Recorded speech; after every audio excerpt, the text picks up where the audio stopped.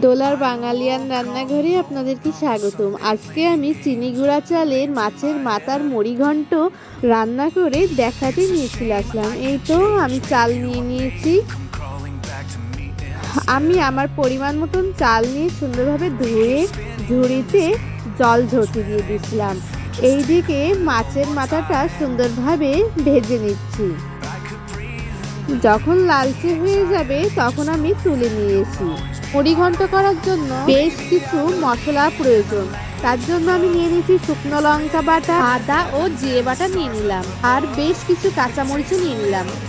এই তো এইদিকে আমি চালটা সুন্দরভাবে ভেজে নেব। তার জন্য পরিমাণ মতো তেল নিয়ে চালটা ঢেলে নিয়ে সুন্দরভাবে নাড়াচাড়া করে ভাজতে শুরু করে দিলাম।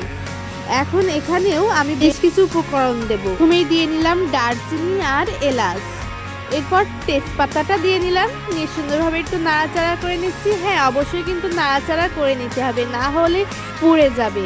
এরপর আমি কাঁচামরিচটাও নিয়ে নিয়েছি, আবার একটু তেল দিয়ে নিলাম, কারণ তেল ভাজতে ভাজতে অল্প হয়ে গেছিল। এই তো আমি বাদাম নিয়ে নিলাম, নিয়ে আবারও নাড়াচাড়া করে নিচ্ছি। ভালোভাবে ভেজে নিতে হবে।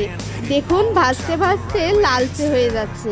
হ্যাঁ, একদম লালচে করতে হবে, তাহলেই বুঝতে হবে ভাজা হয়ে গেছে।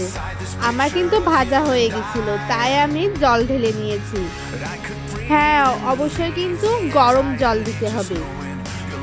আমি পরিমাণ মতো লবণ নিয়ে নিলাম, 2 চামচ মতন লবণ নিয়ে নাড়াচাড়া করে ঢাকনা দিয়ে ঢেকে দিলাম 5 মিনিটের জন্য।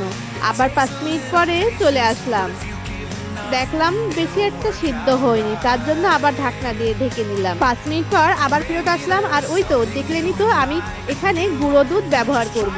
সিদ্ধ হয়েই গেছে। এখন নামিয়ে আমি এদিকে মুড়ি ঘন্ট করার জন্য মাছের মাথা নিয়ে নিয়েছি। এদিকে তেলে শুকনো মরিচ, জিরা, দারচিনি, এলাচ নিয়ে শুকনো মরিচ বাটা, জিরা ও আদা বাটা নিয়ে নিলাম। এরপর পরিমাণ মতো হলুদ আর পরিমাণ মতো লবণ নিয়ে নিলাম। সামান্যই লবণ নিতে হবে এবং হলুদ নিতে হবে, কারণ এরপরেও আবারও দিতে হবে। তারপর মাছের মাথাটা নিয়ে সুন্দরভাবে ম্যাশ করে নিচ্ছি বা ভেঙে নিচ্ছি। ভেঙে নিয়ে তো কষাতে হবে। কষানো হয়ে গেলে আমি ওই সিদ্ধ করা চালটা দিয়ে নিচ্ছি। এখন ভালোভাবে নাড়াচাড়া করে পরিমাণ মতো চিনি দিয়ে নিলাম। চিনি একটু বেশি দিতে হবে। এখন আমি ওই গুঁড়ো দুধটা দিয়ে নিচ্ছি, জলের সাথে মিশিয়ে নিয়েছিলাম।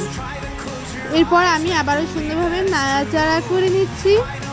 নাড়াচাড়ার শেষে আমি একটু ঘি দিয়ে নিলাম, ঘি দিয়ে নামিয়ে নিচ্ছি। এই তো হয়ে গেছে চিনি গুঁড়া চালের মাছের মাথার মুড়িঘণ্ট। কেমন হয়েছে অবশ্যই কিন্তু জানাবেন।